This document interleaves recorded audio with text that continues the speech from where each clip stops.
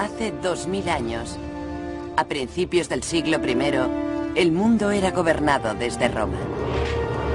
Pero en Roma reinaba la confusión. La guerra civil había asolado la capital del imperio. Los dictadores aspiraban al poder y el futuro de Roma parecía muy negro.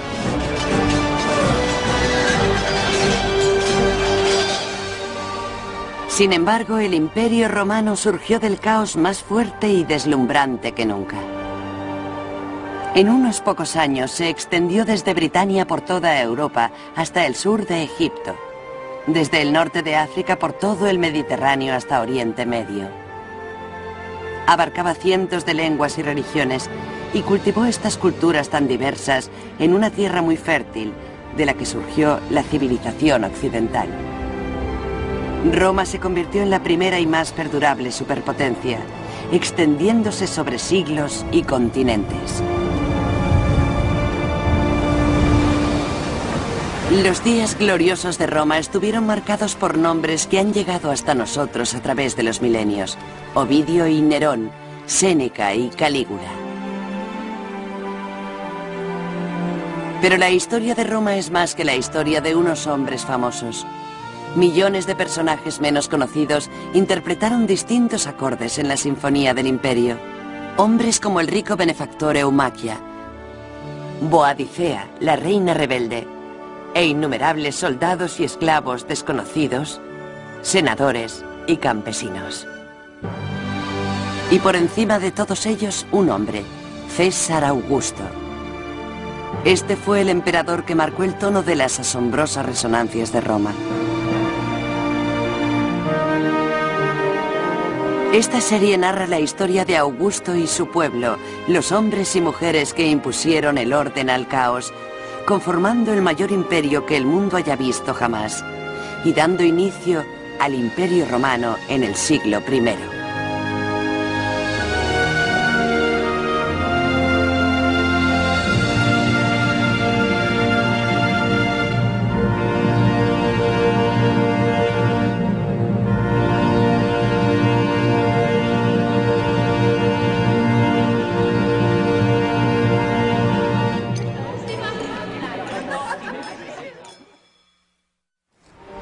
Del caos al orden.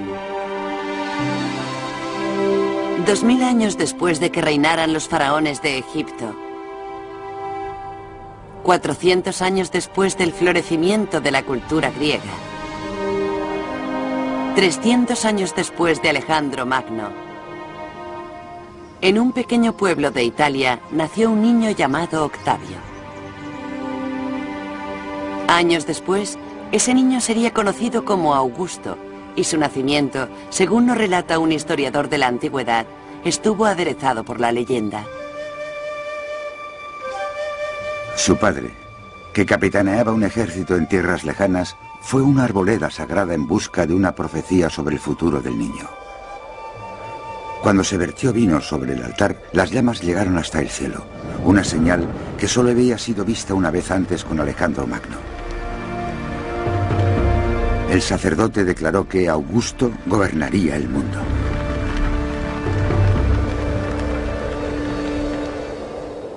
La historia nos la narra Suetonio, que la escribió a finales del siglo I. Basó su biografía en relatos de testigos presenciales, en rumores y en investigaciones que llevó a cabo como bibliotecario imperial. La verdad, escribe, es que el futuro del joven Augusto distaba mucho de ser grandioso. Era un muchacho enfermizo, con muy pocos contactos. Su familia era gente del campo. Su padre fue el primero de su linaje en entrar en el Senado.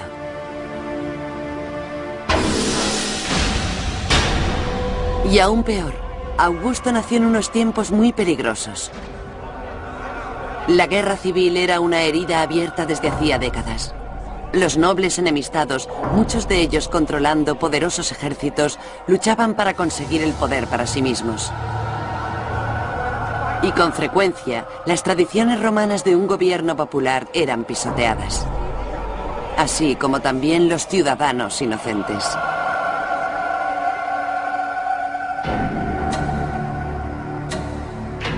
Cuando Augusto solo tenía 4 años, su padre murió de repente. Sin un mentor, el futuro del niño parecía muy sombrío. Pero en el año 49 a.C., cuando tenía 13 años, la fortuna de Augusto dio un giro dramático, ya que en ese mismo año, su tío abuelo, Julio César, obtuvo una gran victoria en el campo de batalla. Cruzando con su ejército el río Rubicón, César se declaró amo de Roma y gobernante de un imperio que aún aspiraba a la grandeza. En la época de Julio César, el Imperio Romano era como un muchacho que tuviera una estatura de 1,80 m, pero solo con 14 o 15 años. Aún no es un hombre. Los factores externos de un imperio estaban allí, el ejército estaba allí. Los romanos controlaban casi toda la costa del Mediterráneo, con la excepción de Egipto.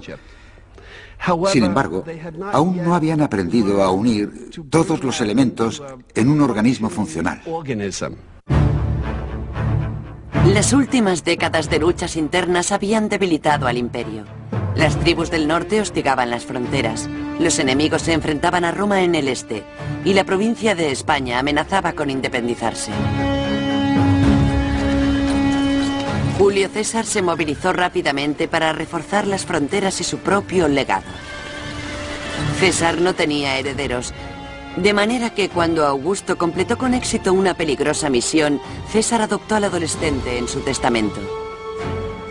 Augusto entendió que tenía una gran oportunidad. No obstante, carecía de adiestramiento militar, pero era el heredero de la figura política más grande que existía en Roma en ese momento, y se aprovechó de ello. Para Augusto era una oportunidad embriagadora, pero también un peligroso desafío. En el año 44 a.C., los extranjeros no eran la única amenaza a la estabilidad. César tenía enemigos en el reducido círculo de sus consejeros.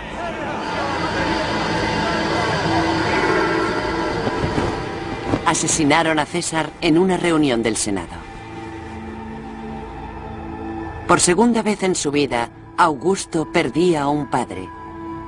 Pero en ese momento, a punto de convertirse en hombre, se lanzó al torbellino de la política romana. La muerte de Julio César no solo representó un giro en la vida de Augusto, también lo fue en la historia del mundo. Era extremadamente joven, solo tenía 19 años. Pero cuando supo que era el heredero de César, inmediatamente asumió el legado político de este y entró en la corriente de la política romana.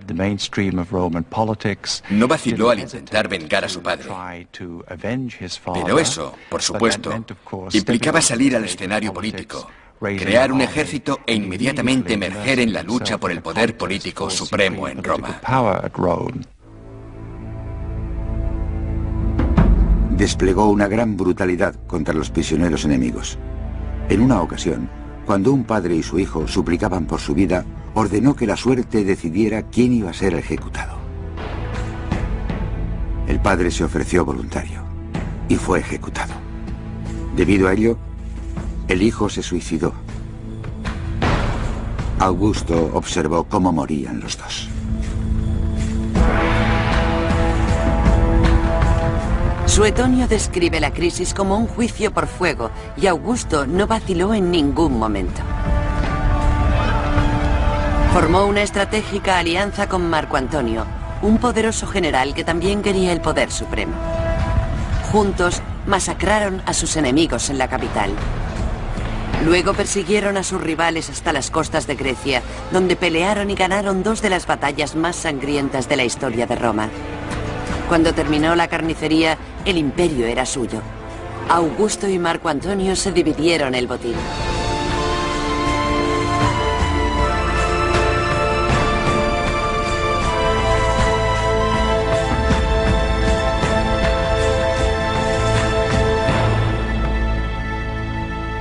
Augusto siguió en Roma.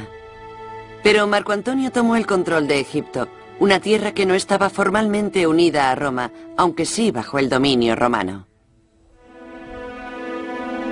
Allí juntó sus fuerzas con las de la reina de Egipto. Los historiadores de la antigüedad, como Casio Dio, creen que fue una jugada fatídica.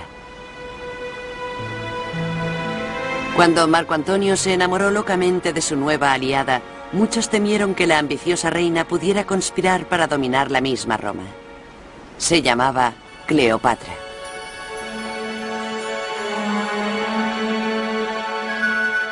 El descarado deseo de pasión y riqueza de Cleopatra era insaciable.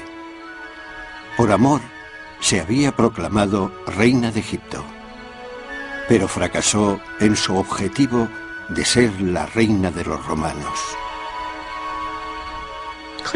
Cleopatra no disfrutaba de un gran prestigio en Roma. Lo que más irritaba de Cleopatra a la gente era que se trataba de una poderosa mujer del este, de un país muy rico con un sistema de gobierno monárquico. Por ello simbolizaba la falta de moderación, de control, ya que tendía al frenesí, a la furia. Todo aquello que Roma procuraba no ser. Cleopatra y Marco Antonio fueron considerados los líderes del imperio del mal. La alianza de Marco Antonio con Augusto fue debilitándose. Él y Cleopatra se movilizaron, pero Augusto dio el primer golpe. El poeta Virgilio describió posteriormente la batalla como una lucha épica de Oriente contra Occidente. De pie en la popa, Augusto capitaneó a los romanos en la batalla, llevando con él la fuerza del Senado y del pueblo. Frente a él, con su bárbara riqueza, se encontraba Marco Antonio, preparado para la batalla. Llevaba con él los poderes de Oriente y, para escándalo de todos, su esposa egipcia. Sus monstruosas divinidades levantaron las armas contra nuestros dioses romanos.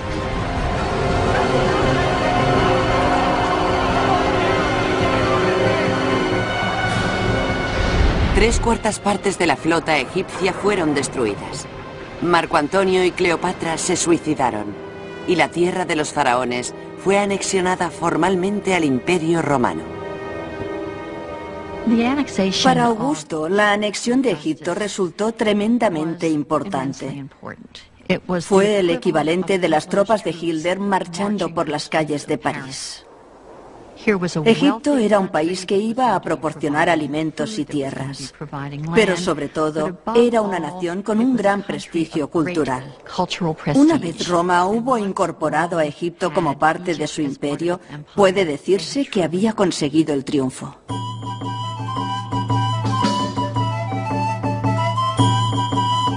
No hay nada que los hombres puedan desear de los dioses. Nada que los dioses puedan hacer por los hombres que Augusto no hiciera por la República, el pueblo romano y el mundo entero, cuando regresó a la ciudad. Las guerras civiles habían finalizado, y también las guerras extranjeras. La furia de las armas estaba en descanso. En el año 29 a.C., cuando Augusto volvió a una Roma asolada por la guerra, la ciudad enloqueció de entusiasmo. El glorioso general juró restaurar la paz y la seguridad. Fue una promesa que mantuvo. La victoria de Augusto inició un periodo de asombrosa vitalidad cultural, de renovación religiosa y de bienestar económico que se extendió por todo el imperio. Sería conocido como la Pax Romana, la paz de Roma. Y para muchos marcó el retorno del mítico y glorioso pasado de Roma. Pero Augusto nunca volvió los ojos al pasado. En ese momento era un hombre endurecido de 32 años, el único gobernante del mundo grecorromano, el primer emperador de Roma. La victoria había sido costosa. Sin embargo, el mayor desafío aún estaba por llegar, ya que para evitar el destino de Julio César tenía que desarmar al Senado y seducir a las masas. Tenía que hacer algo más que ganar la guerra. Tenía que ganar la paz. Ese desafío ocuparía el resto de su vida.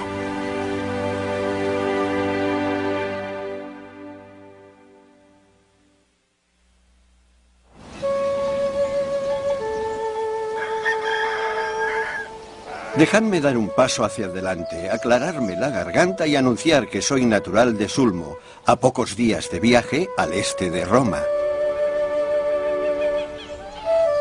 Mientras Augusto se abría camino para alcanzar la cima del poder, un muchacho llamado Ovidio llegaba a la mayoría de edad en unas circunstancias mucho menos exigentes. Yo era el segundo hijo, nacido el mismo día, pero un año después que mi hermano. Siempre teníamos 2 tartas en los cumpleaños que compartíamos y también estábamos muy unidos en otros aspectos. Estudiamos juntos y luego nos fuimos a Roma en busca de fortuna. Yo solía perder el tiempo intentando escribir poemas. Nuestro padre lo consideraba una pérdida de tiempo.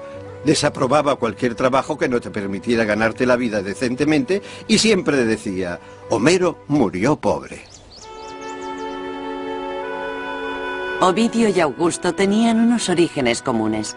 Ambos pertenecían a la pequeña aristocracia rural.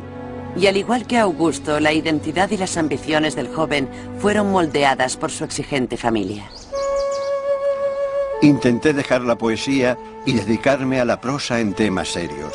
Pero una mente frívola como la mía atrae inspiraciones frívolas, algunas demasiado buenas para coquetear con ellas. Seguía cayendo en mis malos hábitos, en secreto y avergonzado. No podía evitarlo. Si se trataba de temas serios, me sentía como un impostor, pero le debía a mi padre y a mi hermano cumplir con mi deber. Según las leyes romanas, un padre ejercía un control absoluto sobre sus hijos. Los que le ofendían podían ser desheredados, vendidos como esclavos e incluso asesinados. El joven Ovidio intentó satisfacer las esperanzas de su padre. Se casó, estudió leyes, pero la presión era insoportable. Triste, Ovidio y un amigo iniciaron un viaje para encontrarse a sí mismos. Viajamos por todas las magníficas ciudades de Asia. Observamos cómo las llamas del Etna iluminaban el cielo. Surcamos las aguas con un barco pintado y también viajamos en carreta. Con frecuencia, el camino parecía muy corto, ya que estábamos inmersos en nuestras conversaciones. Cuando caminábamos, las palabras superaban a los pasos. Teníamos demasiado que decir, incluso para las largas veladas del verano. 18 meses después, Ovidio se estableció en Roma, más maduro y con mayor confianza en sí mismo. Decidió ser poeta. Cultivó nuevos amigos en los círculos literarios de Roma. Muy pronto, Ovidio se había hecho un nombre como el poeta supremo de los besos robados de Roma. ¿Tu marido asistirá a esta cena? Espero que sea tragante con la comida. Escucha y aprende lo que debes hacer. Cuando se acomode en su diván para cenar, acércate a él con cara seria. Procura mostrarte modesta y acomódate a su lado, pero secretamente, tócame con el pie. No permitas que te rodee el cuello con sus brazos, no apoyes tu gentil cabeza en su pecho. No recibas sus dedos en tu regazo ni en tus ansiosos pezones. Y sobre todo, no le beses. Cuando haya terminado la cena, tu marido cerrará la puerta del dormitorio, pero sea lo que fuere que deparara la noche, mañana dime que le rechazaste. Es un error pensar que la poesía de Ovidio puede ser leída literalmente en términos autobiográficos. Creo que eso no sería justo con ningún poema de la antigüedad.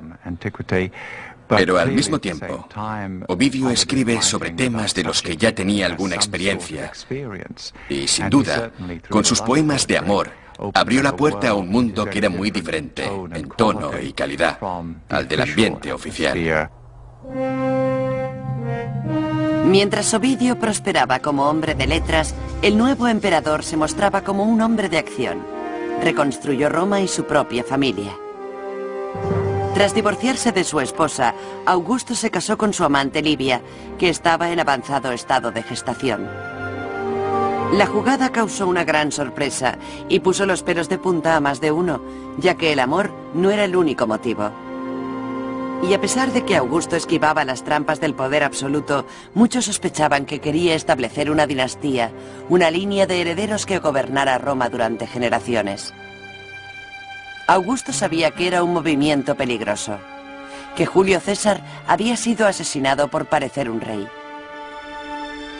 Augusto no iba a cometer el mismo error. Renunció al poder absoluto y estableció un delicado equilibrio entre la realidad y la ficción.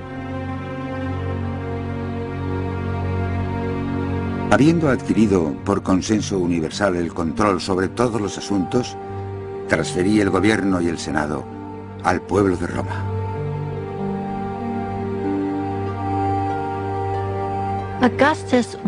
Augusto era un líder político muy cauto, porque pretendió restaurar las tradiciones políticas de la República, cuando, en realidad, estaba gobernando según las normas de una auténtica monarquía dinástica.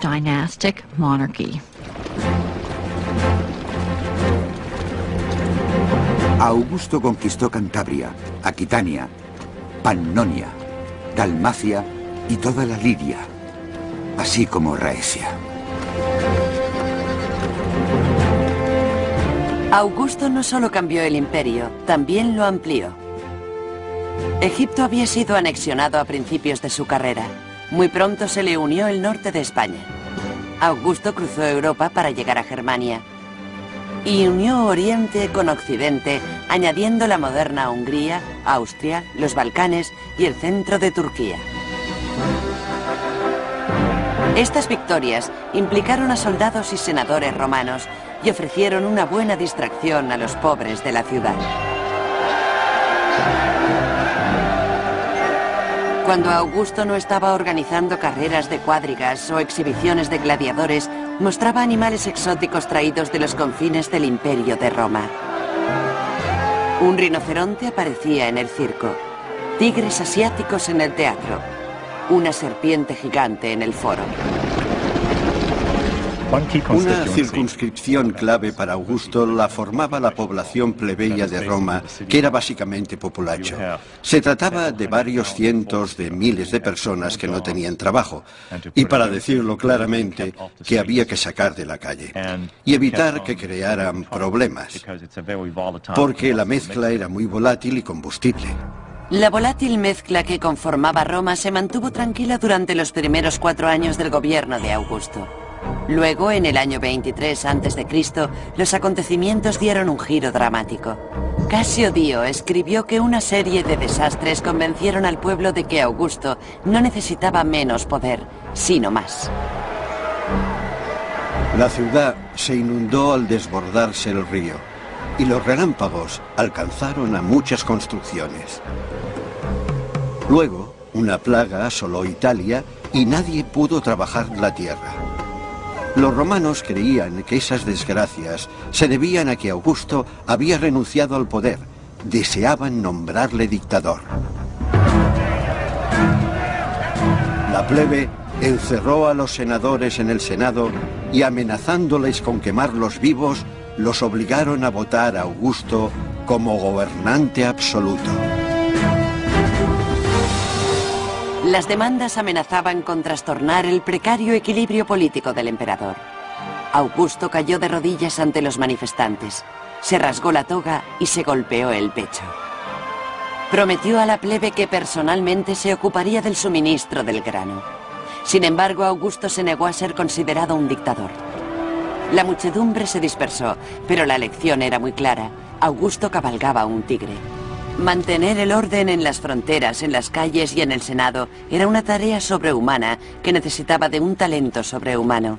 Afortunadamente para Roma, Augusto lo tenía. Luego ocurrió algo fortuito. Apareció el cometa Halley y Augusto hizo correr la voz de que se trataba del alma de Julio César ascendiendo al cielo. Desde ese momento fue llamado Julio César el Divino. Políticamente fue algo muy fuerte. ¿Qué hizo Augusto en ese momento? En todas las monedas, en todos sus escritos, en todos sus símbolos, ponía las letras de F, Hijo del Divino. Y en política es una gran ventaja ser el hijo del divino. Creo que hay muchos políticos actuales a quienes les gustaría poder hacerlo. Augusto adornó su nueva y piadosa identidad con historias de sus austeras costumbres. Se decía que vivía en una humilde casa, que dormía en una cama baja y que comía alimentos corrientes, pan, queso y a veces incluso menos.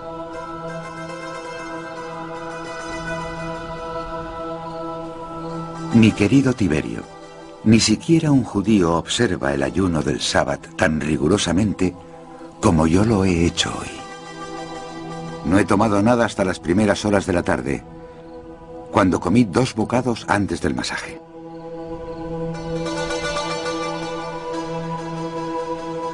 Augusto sostenía que los cambios morales eran el enemigo de Roma. Pensaba que su futuro dependía de su pasado mediante la restauración de valores que él creía que habían hecho grande a Roma en un principio. Instauré muchas tradiciones que estaban desapareciendo. Restauré 82 templos de los dioses sin olvidar ninguno que exigiera ser reparado. En público, Augusto predicaba con el ejemplo. Sacrificaba animales según los ritos ancestrales y restableció las normas sociales tradicionales. Nuevas leyes asignaron los asientos del teatro según la categoría social. Las mujeres ocuparon las últimas filas. El adulterio estaba penado por la ley y se alentaba el matrimonio y la maternidad. Para muchos, la sociedad romana había recuperado su verdadero rumbo. El hijo de un dios estaba creando un imperio para el futuro. ¿Quién podría encontrar palabras para describir de forma adecuada los avances de estos años? El gobierno ha recuperado la autoridad, el Senado su majestuosidad y los tribunales su influencia. Se han prohibido las protestas en el teatro, se honra la integridad y se castiga la depravación.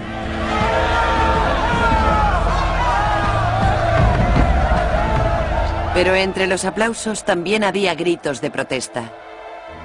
El nuevo tradicionalismo del emperador molestaba a amigos y enemigos por igual. Incluso molestaba a su hija Julia, durante mucho tiempo un peón de la política familiar. Julia supuso que estaba exenta de las estrictas normas de su padre. Estaba equivocada. Y en los años siguientes, Augusto, el hijo de un dios, tuvo que enfrentarse a Augusto, el padre.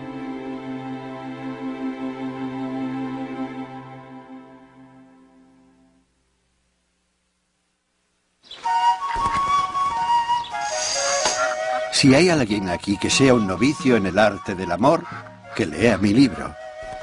Si lo estudia, amará como un profesional. A medida que el emperador Augusto marcaba el rumbo de rigor moral, el poeta Ovidio pisaba un terreno muy diferente. Se había convertido en el poeta vivo más famoso de Roma y su audacia aumentaba al mismo ritmo que su reputación. Después de haber agotado los convencionalismos de la poesía amorosa, decidió ir más allá.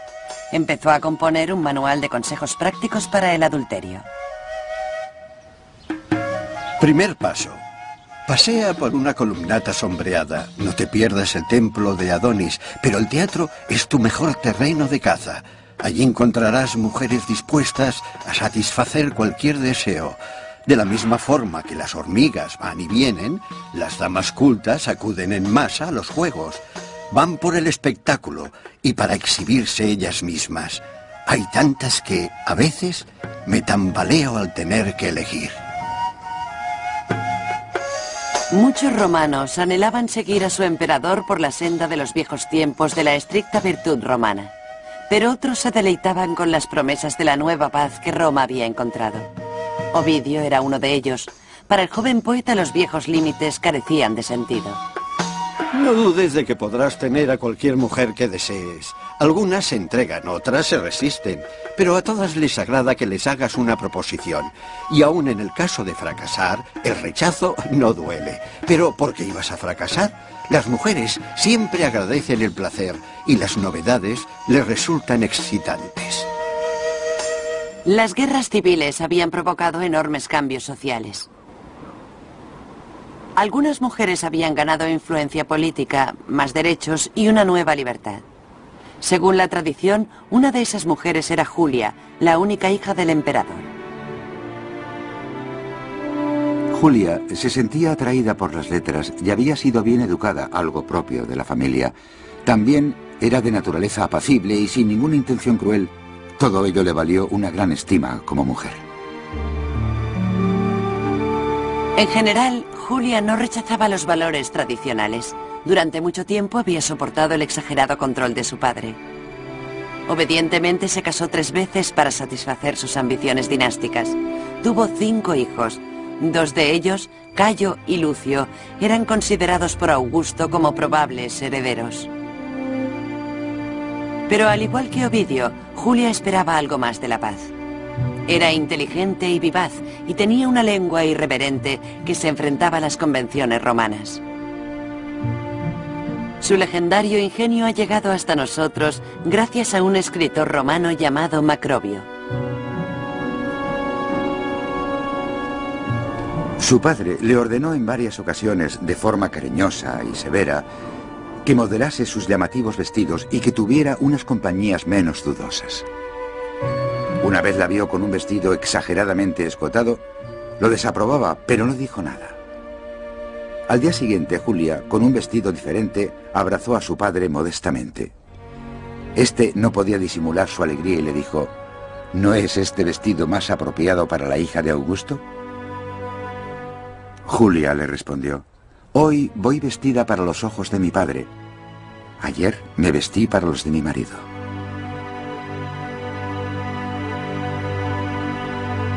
Pero aparentemente los encantos de Julia no solo estaban reservados para su marido.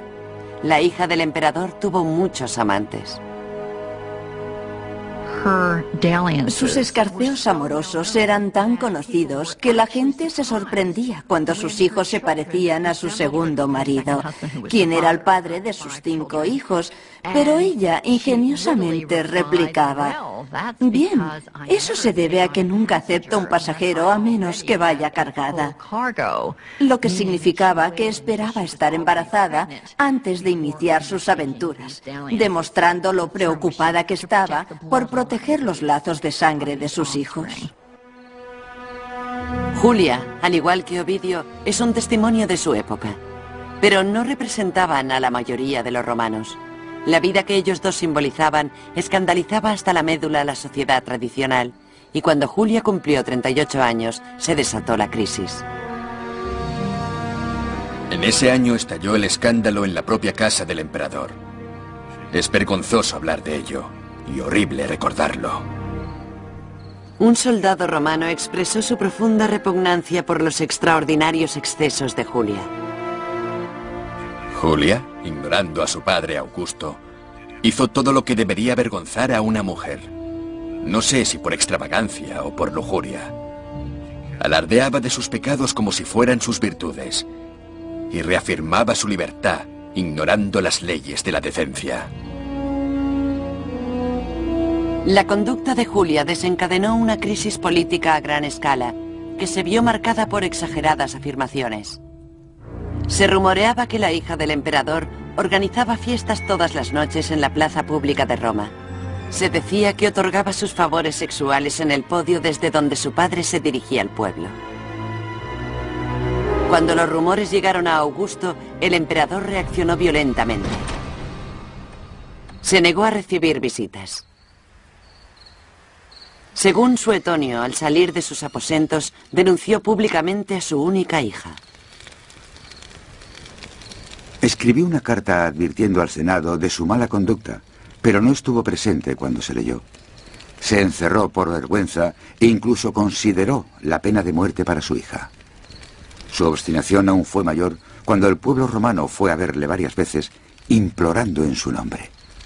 Maldijo a la multitud, deseándoles que tuvieran tales hijas o esposas. Como padre, Augusto no podía aceptar la conducta de Julia. Como emperador, no podía tolerar la vergüenza.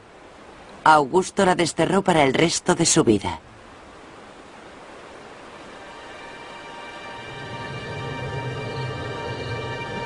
Iba a omitir las formas en las que una muchacha inteligente puede eludir a su marido o a un guardia vigilante.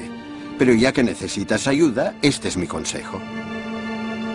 Poco después del exilio de Julia, Ovidio hizo público su salaz poema. No podía haber elegido peor momento. Por supuesto, un guardia se interpone en tu camino, pero aún puedes escribir. Compón cartas de amor cuando estés sola en el baño y envíalas por medio de una cómplice. Ella puede ocultarlas junto a su cálida carne, bajo su vestido o ponerlas bajo el pie. Si tu guardián se enterara de ello, ella puede ofrecer su piel como papel y llevar notas escritas en su cuerpo. Los poemas de Ovidio alababan la conducta por la que había sido desterrada la hija del emperador. Y su destino era como una advertencia. Por el momento el emperador permaneció mudo con relación al rebelde con más talento de Roma. Ovidio pasó a escribir poemas menos provocativos. Volvió a casarse y desde entonces apreció mucho más la discreción. Disfruta los placeres prohibidos en el lugar apropiado. Pero cuando te vistas, no olvides la máscara del decoro. Una cara inocente oculta más que una lengua mentirosa. Ovidio había sido advertido. La orden de Augusto establecía normas de decoro. Y Ovidio las había puesto a prueba al máximo.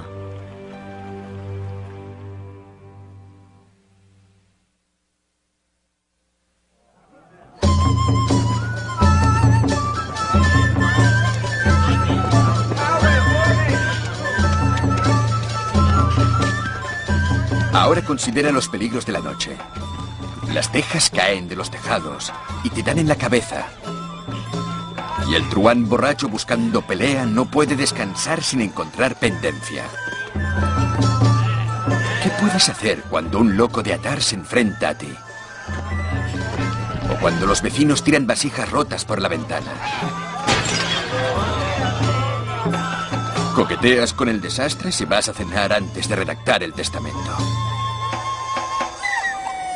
A finales del siglo I, el poeta Juvenal escribía poemas ridiculizando a Roma.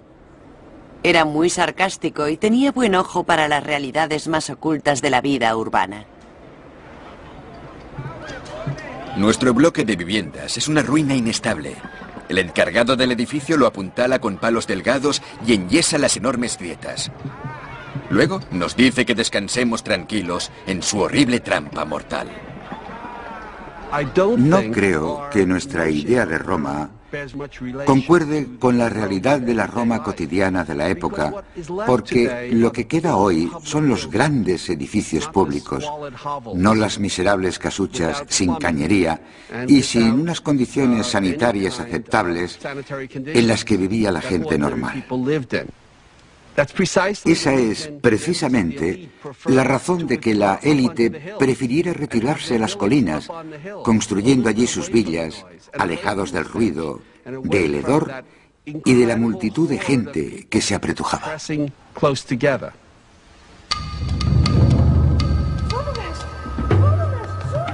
Me gustaría vivir donde no se experimente miedo en la oscuridad de la noche.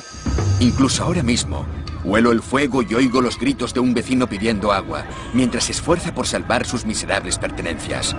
El humo sale de la tercera planta mientras las llamas van subiendo.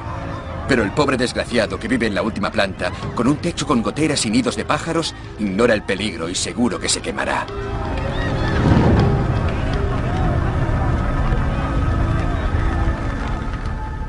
En el año 4, en el Palacio Imperial, el emperador Augusto tampoco dormía. Pero no por miedo al fuego. Convertido en un anciano de 66 años, Augusto había perdido casi todo su vigor juvenil. Había perdido la visión del ojo izquierdo. Le quedaban pocos dientes, muy separados y gastados. Sus cabellos eran pocos y amarillentos. Tenía la piel irritada de tanto rascarse y llena de rasguños. Estaba tan reseca que parecía un tiñoso.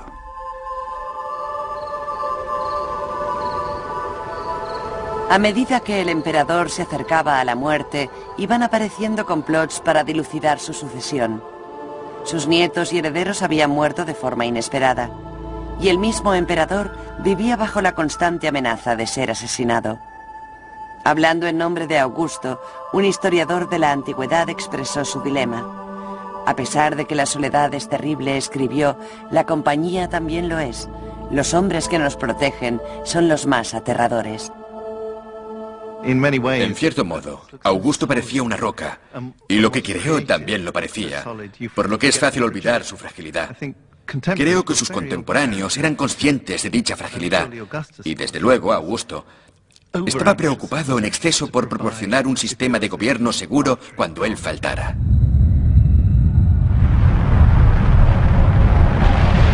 En aquellos momentos hubo unos terremotos extraordinariamente fuertes. El Tíber derrumbó el puente e inundó la ciudad durante 7 días. Se produjo un eclipse parcial del sol y empezó la hambruna. Los historiadores de la antigüedad nos dicen que los desastres naturales predecían los políticos. Sea como fuere, las dificultades del emperador iban rápidamente en aumento. En el año 6, los soldados, la médula del imperio, se negaron a reengancharse si no les subían el sueldo, de modo que hubo que encontrar nuevos fondos. Luego el fuego asoló extensas zonas de la capital. Augusto, aunque poco dispuesto, recurrió a los impuestos. Era una táctica muy peligrosa, y el emperador lo sabía. Temiendo un golpe de estado, Augusto alejó a los potenciales enemigos, suspendió los tribunales y disolvió el Senado. Incluso despidió a su propio séquito, pero Roma seguía inestable. La plebe, angustiada por la hambruna y los impuestos después de los incendios, estaba inquieta. Hablaban abiertamente de rebelarse. Al caer la noche, pegaban carteles sediciosos.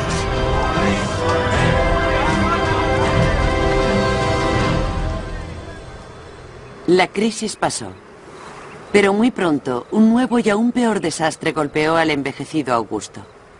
Empezó en Germania, tierra de tribus ferozmente independientes y a los ojos de los romanos, de bárbaros. La región había sido recientemente conquistada y las costumbres romanas iban arraigando, o eso creían. Los bárbaros no habían olvidado sus antiguas tradiciones, su forma de vida libre ni el poder de las armas. Pero siempre que pudieran ser asimilados lentamente por la cultura romana, no se daban cuenta de que estaban cambiando y no se resistían a su influencia. Sin embargo, esa pacífica evolución llegó a su término en el año 9, el año en que un arrogante y joven general llamado Quintilio Varo se convirtió en el comandante del ejército del Rin y trató a la provincia con mano de hierro. Obligó a los bárbaros a cambios más drásticos y, entre otras cosas, los trataba como si fueran esclavos de Roma y les exigía dinero como si fueran sus súbditos. Varo calculó terriblemente mal el grado del control romano que debía ejercer y no supo juzgar la sumisión germana. Un influyente caudillo germano organizó una revuelta a gran escala y atrajo a las tropas de Varo a una trampa, en un terreno desconocido para este.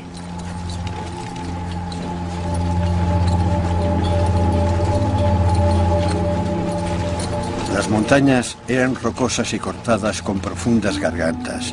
Había muchos árboles altísimos, por lo que a los romanos les resultaba muy difícil avanzar.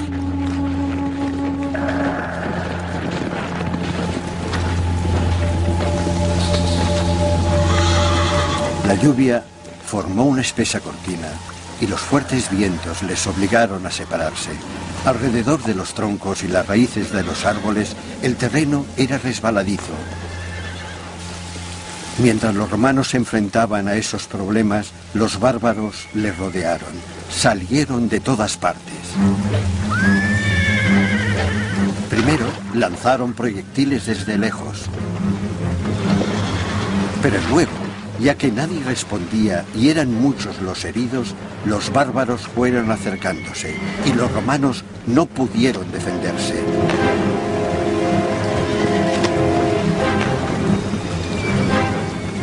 No hacían más que tropezar entre ellos y contra los árboles. No podían coger sus flechas ni jabalinas. La lluvia les arrebataba las armas. Incluso sus mojados escudos eran inútiles. Y así, todos los hombres y todos los caballos fueron masacrados. 3 legiones fueron aniquiladas, la 10ª parte del ejército de Roma. Augusto, informa su biógrafo, estaba traumatizado. Dicen que estaba tan trastornado que durante varios meses se dejó crecer los cabellos y la barba. Y a veces golpeaba la cabeza contra las puertas y gritaba: «Quintilio Varo, devuélveme mis legiones».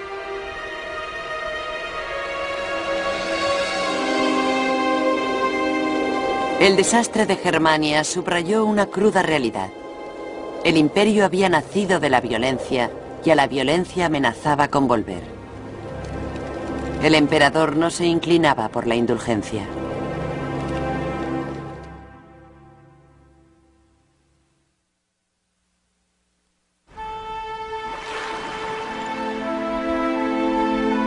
Créeme, el placer del clímax del amor no debe precipitarse, sino saborearse.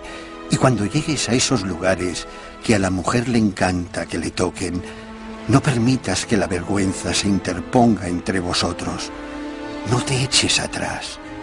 Verás que los ojos le brillan con una luz trémula, al igual que el sol brilla en las olas del mar. Emitirá suaves quejidos y susurrará palabras dulces adecuadas para el juego. Pero no vayas más deprisa que tu amante, ni permitas que te deje a medio camino. Alcanzad la meta al unísono. Cuando un hombre y una mujer caen agotados juntos, los dos ganan. Ese es el mejor premio. Cuando se publicaron por primera vez, las ardientes palabras de Ovidio cautivaron a Roma. Pero una década más tarde volverían para torturarle, ya que la paciencia del emperador Augusto había caído a su punto más bajo. Acosado, veía complots en cada esquina, anarquía en cualquier acto de desobediencia. Culpando al subversivo libro, Augusto desterró de Roma a Ovidio.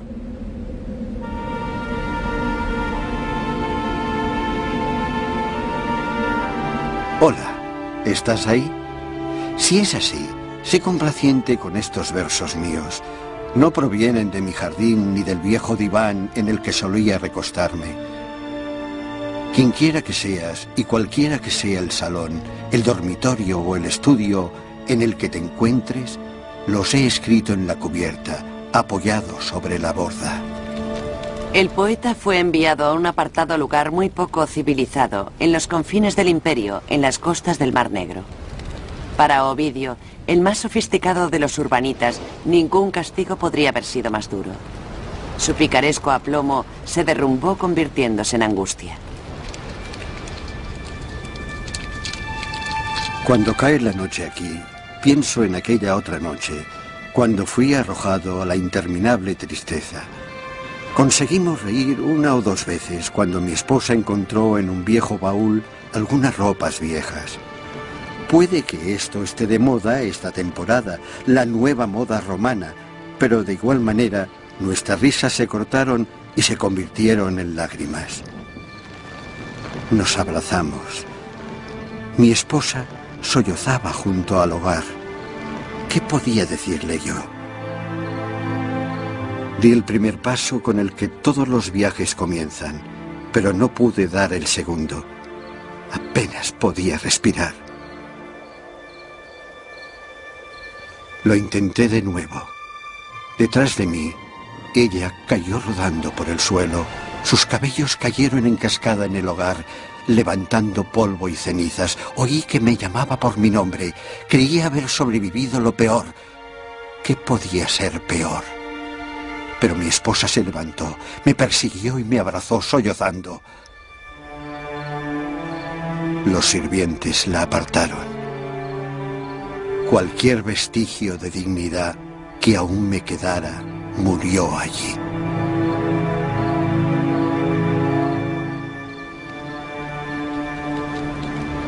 Ovidio estaba seguro de que su talento le llevaría de nuevo a casa. Escribía constantemente y mientras esperaba buscó refugio en una remota ciudad fronteriza. Cuando desciende la temperatura, escribió Ovidio, el vino se congela en las vasijas, el río en las orillas. Jinetes hostiles cruzando la nieve sonaban estrepitosamente, saqueando y matando. Es una vida brutal, escribió Ovidio desde su exilio, una cara del imperio que pocos romanos han visto. Fuera de estas endebles paredes no hay seguridad, y en su interior apenas es mejor. Los bárbaros ocupan la mayoría de las casas. Incluso si no les temes, desprecia sus largos cabellos y sus ropajes de pieles de animales. Siempre hablan en su lengua. Tengo que comunicarme por medio de gestos. Nadie me entiende. Y los estúpidos campesinos insultan mis palabras latinas, me provocan y se mofan de mi exilio. Escribir para este público, se quejaba Ovidio, era como danzar en la oscuridad. Con el paso de los años, Ovidio se fue marchitando, convirtiéndose en un huesudo anciano. Estaba enfermo. El arrepentimiento sustituyó su anterior jactancia. Me arrepiento, me arrepiento. Si se puede creer a alguien tan desdichado como yo, me arrepiento. Me torturan mis obras. Sin embargo, Ovidio nunca recibió respuesta a sus súplicas y nunca fue perdonado. A medida que se acercaba la muerte, se resignó tristemente a su destino. Mírame. Añoro mi patria, mi hogar y a ti. He perdido todo lo que una vez tuve, pero aún me queda mi talento. Los emperadores no tienen jurisdicción sobre él. Mi fama me sobrevivirá, incluso después de muerto. Y mientras Roma domine el mundo, la gente me leerá. 9 años después de su exilio, Ovidio murió. Vivió más tiempo que Augusto, pero se había doblegado a la voluntad del emperador. Al principio de su vida pública, Augusto había ganado las guerras que había sostenido Roma. Al final ganó la paz. Y hombres como Ovidio pagaron el precio. En los años venideros, cuando hombres más perversos gobernaron Roma, ese precio aún sería más alto.